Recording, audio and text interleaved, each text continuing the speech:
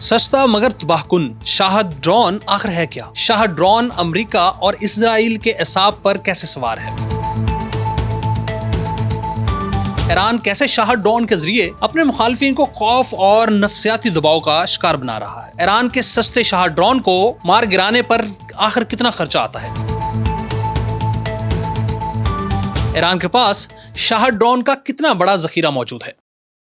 آپ دیکھ رہے ہیں انفلٹرڈ ود حسنین اولک۔ خودکش ڈرونز دھماکہ خیز مواد لے کر چلتے ہیں، ہدف پر لگنے کے بعد پھٹتے ہیں اور خاصا نقصان پہنچاتے ہیں۔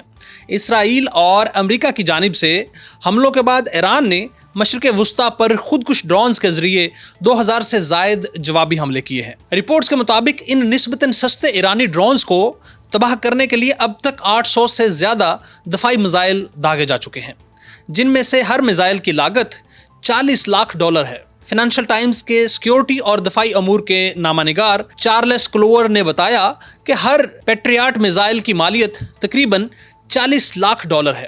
خلیجی خطے کے دفاع کے لیے امریکہ کا سب سے عام دفاعی نظام پیٹریاٹ ہی ہے، جسے اتحادی ایرانی ڈرونز کو روکنے کے لیے استعمال کرتے ہیں۔ کلوور نے کہا، یہ جنگ امریکہ اور اس کے خلیجی اتحادیوں کے لیے بہت مشکل رہی ہے۔ ایک جانب ایرانی ڈرونز سے دفاع کے لیے نظام ناکافی ہے اور دوسری جانب مزید میزائل تیار کرنے میں وقت لگے گا۔ متحدہ عرب امارات کا کہنا ہے کہ اب تک ملک میں 1000 سے زائد ایرانی ڈرونز مار گرائے جا چکے ہیں۔ حکام کے مطابق ان میں سے صرف 71 ڈرونز دفاعی نظام کی رکاوٹ کو عبور کرنے میں کامیاب ہوئے۔ جب ایران نے سن 2024 میں سینکڑوں ڈرونز کے ساتھ اسرائیل پر حملہ کیا، بتایا جاتا ہے کہ اس وقت برطانیہ نے ان میں سے کچھ کو گرانے کے لیے لڑاکا طیاروں کے ذریعے میزائل داغے۔ ہر میزائل کی قیمت تقریباً 2 لاکھ پاؤنڈز بتائی جاتی ہے۔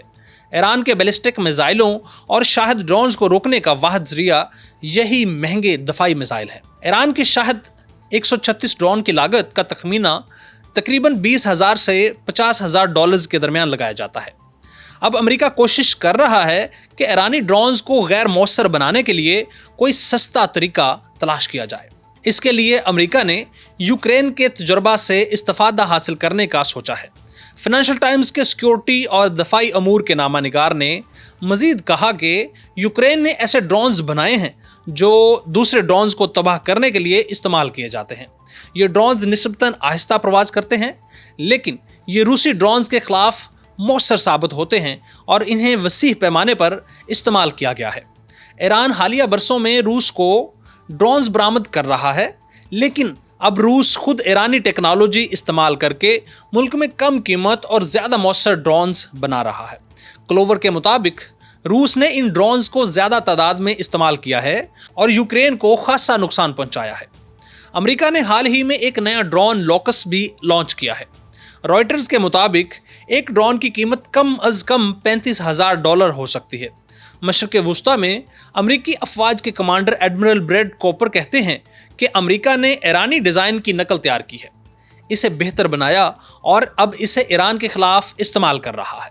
کلوور نے مزید کہا کہ یوکرینی ڈرونز کی پیداوار وسیع نہیں ہے اور اس وقت امریکہ کے لیے کافی ڈرونز دستیاب نہیں ہیں، لیکن یوکرین سے کہا گیا ہے کہ وہ اپنے ماہرین پینٹاگون بھیجے تاکہ امریکہ کو کم لاگت والے ڈرونز بنانے کا طریقہ سکھایا جا سکے۔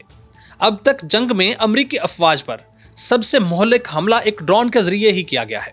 ایک ایرانی ڈرون کویت میں ایک فوجی اڈے کے اندر جا کر پھٹ گیا، جس سے 6 امریکی فوجی ہلاک ہوئے۔ ان میں سے کچھ حملے شہروں میں بھی ہوئے ہیں، جنہوں نے خلیج فارس کے ممالک میں خوف پھیلایا ہے۔